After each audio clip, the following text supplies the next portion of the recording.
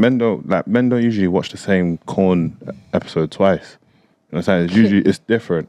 It's different. They want variety. How do you know? You know, I've been there. But but it's not like it's because they want variety and it's not available. So you have to get out somewhere. Like me personally, I think yeah. Don't get it wrong. Depression is a serious subject. But I think with men, yeah, a lot of men, yeah, would not be depressed if they have money and girls. 100%. Like a lot of men would not talk about any sort of depression if they had money and girls. That's it.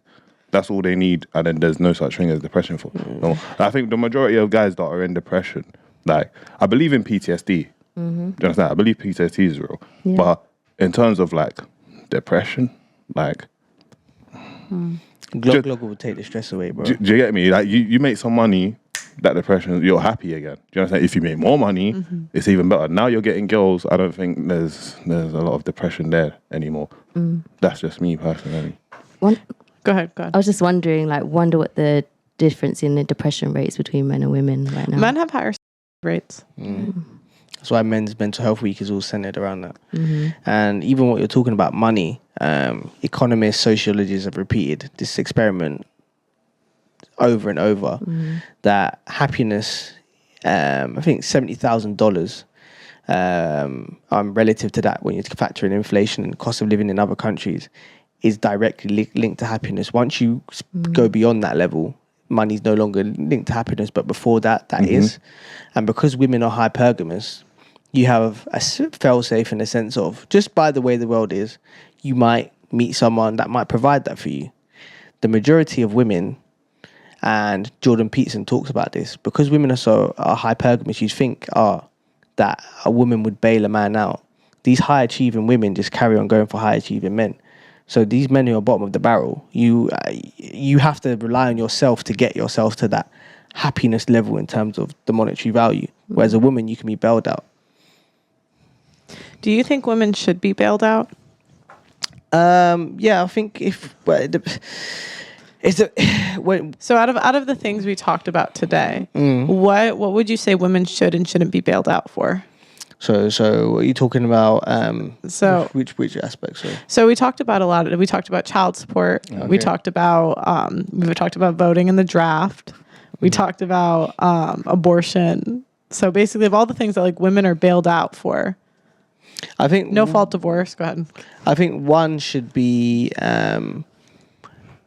the child support based on this one aspect is at the time the child is born, the man signs a piece of paper to consent to that child.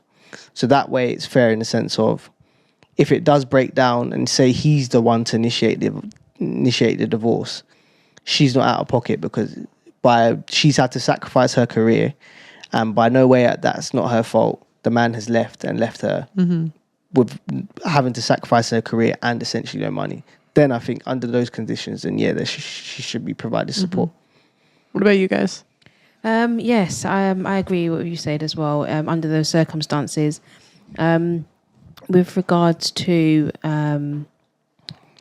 abortion, I feel like there are many contraceptives that you can take. There's morning after pill. There's all these other pills, and there's ways to protect yourself. So I do feel like women should be accountable for that as well, especially if in this day and age. So yeah, I think some things and some things not. Yeah. What was the original? Sorry. Oh, so I'm asking what do you think women should be bailed out for, and what do you think they should not be bailed out for? Okay, yeah. I think women should be bailed out for things that are going to have an impact maybe on their mental health, or is going to have like on their mental health. Just like in general, just that their even like their general well-being, right? I think, but I believe everyone obviously should have access, because I'm all about everyone. I love everyone. Peace to people. But everyone should have access to resources that can support them in improving their mental health. So you think if I choose not to work as a woman and I rely on like the men's handouts, do you think I should be bailed out for that decision because working makes me have mental health issues? That's interesting. I think that's actually a really interesting question, you know, because maybe I'm just not made to work. I'm just not. I shouldn't. Well, I think, you know, but there is that case, right, where there's women out there that work and it affects their mental health, right? They can't cope with work, or they can't cope with a lot of things in life. Okay, so your answer would be yes, we should bail them out? I think we should support people who need support. Okay, so if I chose not to work because it affected my mental health, I should be bailed out for that decision by men? Yeah. Don't you think that's a bit entitled? I think, yeah, it is entitled. Entitled, yeah, but you've got to bear in mind. I know you're obviously coming to saying, okay, well, women should be bailed up. I mean, but obviously, I'm saying that I think that anyone in who is struggling with life, struggling with their well-being, struggling with their health, should be given that support, including men. And it's a shame as well that as we're talking that it's like, even the men here are confirming that those services don't exist for them, you know? Well, but the problem is because you can only have so many handout programs. So it's like my dad would always explain, you like put $2 into something, you take $1 out. Like even, okay, I make money in this business off of like super chats on the show. Sometimes I lose money on these shows, right? But I make money in other areas to make up for it. So like when you're talking about like free government handouts, you can only have so many people on government dependency. And so like you saw that during the pandemic, there's a lot of people that were paid not to work. And so you can't pay everyone not to work. No, you can't, because then that would just have a... Right.